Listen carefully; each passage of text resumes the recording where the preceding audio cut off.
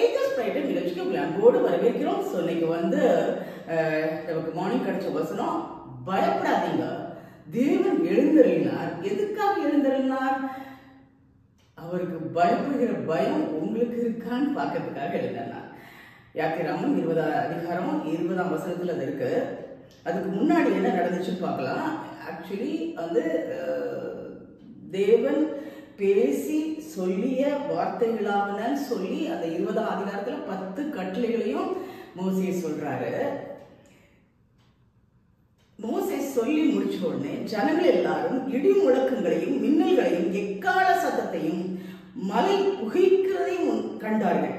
அதை கண்டு ஜனங்கள் பின்வாங்கி தூரத்தில் நின்று மோசேயை நோக்கி, நீர் எங்களோட பேசும், நாங்கள் கேட்போம். தேவன் எங்களோட கூட பேசாதிருப்பாராக, பேசினால் நம்ம செத்து போவோம் என்றார்கள். அதாவது, ஐயோ இந்த சத்தத்தெல்லாம் கேட்கும் போது எங்களுக்கு பயமா இருக்கு, நாங்க செத்து போயிடுவோம் அப்படிங்கிறாங்க. சாக போறது கிடையாது. அதான் மோசே சொல்றாரு, பயப்படாதீர்கள். உங்களை சோதிப்பதற்காகவும் நீங்கள் பாவம் செய்யாதபடிக்கு தம்மை பற்றும் பயம் உங்கள் முகத்திற்கு முன்னே இருப்பதற்காகவும் தேவன் எழுந்தருளினார் என்றார். ஜனங்கள் தூரத்திலே நின்றார்கள். மோசே தேவன் இருந்த கார்மேகத்திற்கு சமீபமாய் சேர்ந்தார்.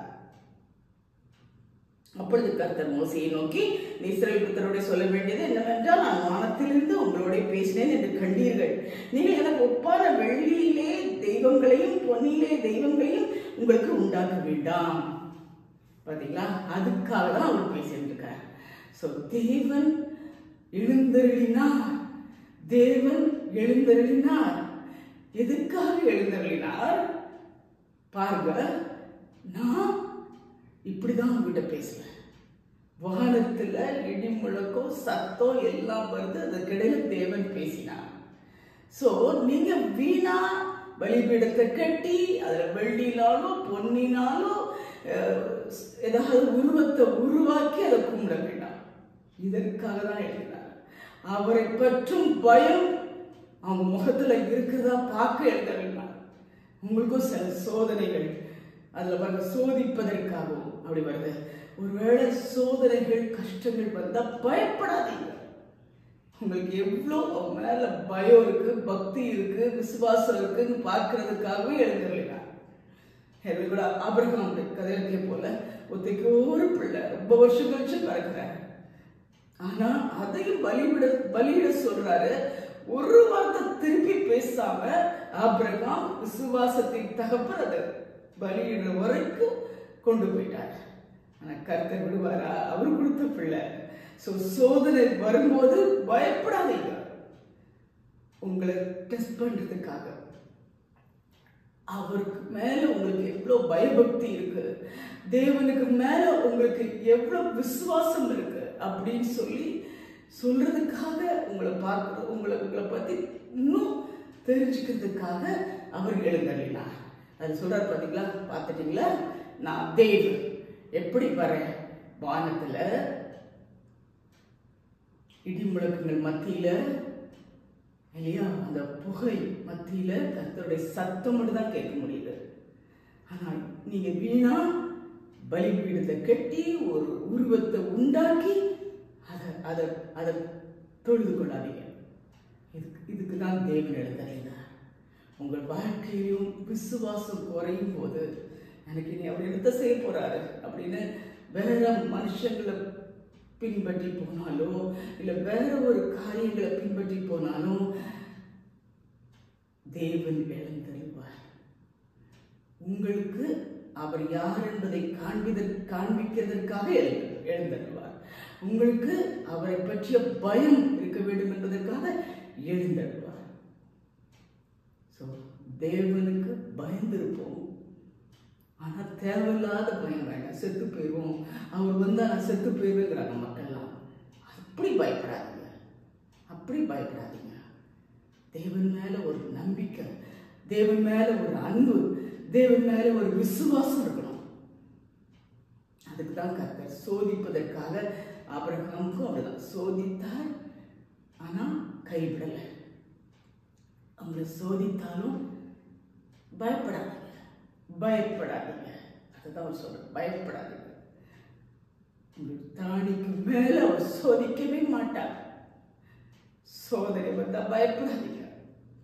அவர் தான் யார் என்பதை உங்களுக்கு காண்பிப்பார்.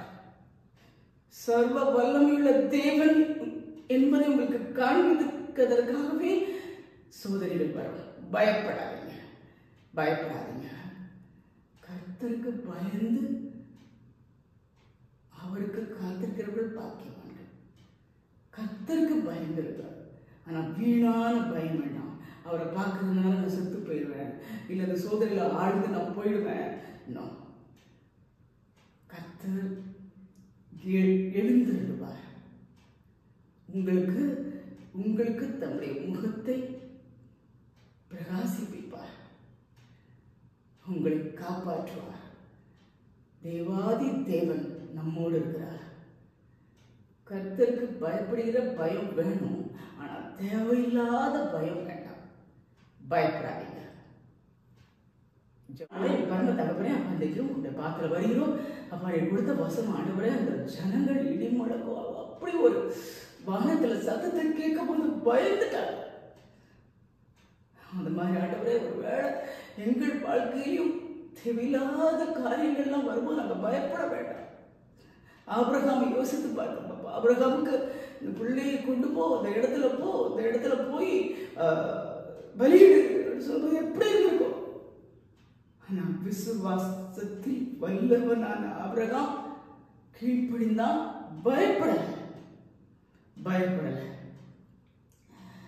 சோதனை வரும், பயப்படாமல் இருக்கு. அந்த சோதனையில நீர் உண்மை வெளிப்படுத்த போகிறீர் சுவாமி. அன்றைக்கு பலியிட போகும்போது ஒரு ஆட்டுக்குட்டி காண்பித்து, நீ வேண்டாம் செய்யாத, நீ பெரியவர், நீ நல்லவர், நீ சகலத்தையும் செய்ய வல்லவர், கர்த்தர் ஒருவர் இருக்கிறார் என்பதை மறந்து, அவர் என்ன எவ்வளோ சோதனை வந்துச்சு, இனி எனக்கு யாருக்கான்னு சொல்லிட்டு வேற தெய்வங்கள் பின்னாடி போகக்கூடாது என்பதை இதில் காண்பிக்கிறேன் சுவாமி. கண்டுகுட்டிக்கோ அதெல்லாம் உருவாக்கி பலியிட வேண்டாங்கிறது இதில் காண்பிக்கிறேன் சுவாமி. கர்த்தர் இருக்கிறார், கர்த்தர் இருக்கிறார். அந்த இஸ்ரவேல் புத்திரரை எப்படிலாம் காப்பாற்றீங்கப்பா, அப்படிப்பட்ட தேவனோடு கூட இருக்கிறார். தேவையில்லாத பயம் வேண்டாம்.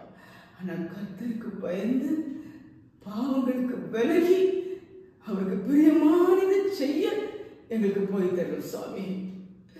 போதித்தரணும். கர்த்தர்களை அடிச்சு போட்டு வரும், கர்த்தர்களை கொண்டு போட்டு வரும், கர்த்தர் இந்த கடலிலே இல்லை இல்லாம ஆக்கிடுவாரா? பாவத்தை மன்னித்து கிருபை அளிக்கிற தேவன் எங்களோடு கூட இருக்கிறீர் சுவாமி. ஒருவேளை எவ்வளவு பெரிய தப்பு பண்ணாலும் அதை மன்னிச்சு ஆண்டவரே அவங்களுக்கு கிருபை கொடுக்கிற தேவன். மனுஷனுக்கு பயப்படுகிற பயம் கண்ணியை வருவிக்கும், பைபிள் வசனம் சொல்லி. கர்த்தருக்கு பயப்படுதலே ஞானத்தின் ஆரம்பம். நிறைய இருக்கு. கர்த்தருக்கு பயந்தா என்ன நடக்கும்? ஒரு வருஷம் தேங்க்யூ ஜீசஸ், தேங்க்யூ. உமக்கு பயந்து வாழ, உமக்கு பிரியமா வாழ, அதே சமயத்துல தேவையில்லாத பயத்தை பயப்படாம உமக்கு சாட்சியாக வாழ. என்னை கொன்று போட்டாலும் நான் அவரை நம்புவேன் என்று சொன்ன யோகுவை போல 3 அந்த சாத்ராக் மேஷாக் ஆபேத்நேகோ என்பவர்களை அந்த இதுல தீயில தள்ளும் போது பயப்படல. கர்த்தருக்கு எதுவும் செய்ய மாட்டாரு. அப்படியே செஞ்சாலும் நாங்க அந்த சிலையை வணங்க போறது. Thank you Jesus. அப்படிப்பட்ட வைராக்கியம் உங்களுக்கு சுவாமி. எந்த சூழ்நிலை கண்டு பயப்பட வேண்டாம். அதை எதிர்க்கக்கூடிய, அதை புறக்கணிக்கக்கூடிய, அதில் ஜெயம் தரக்கூடிய கர்த்தருக்கு மட்டும் பயந்து வாழ கிருபைத்தாங்க. ஒவ்வொருவருக்கும் அந்த பாக்கியத்தை கொடுங்க ராஜா. நீர் மாத்திரம் மகிமைப்படும். இயேசு கிறிஸ்துவின் நாமத்தில் கெஞ்சுகிறோம் பரமபிதா.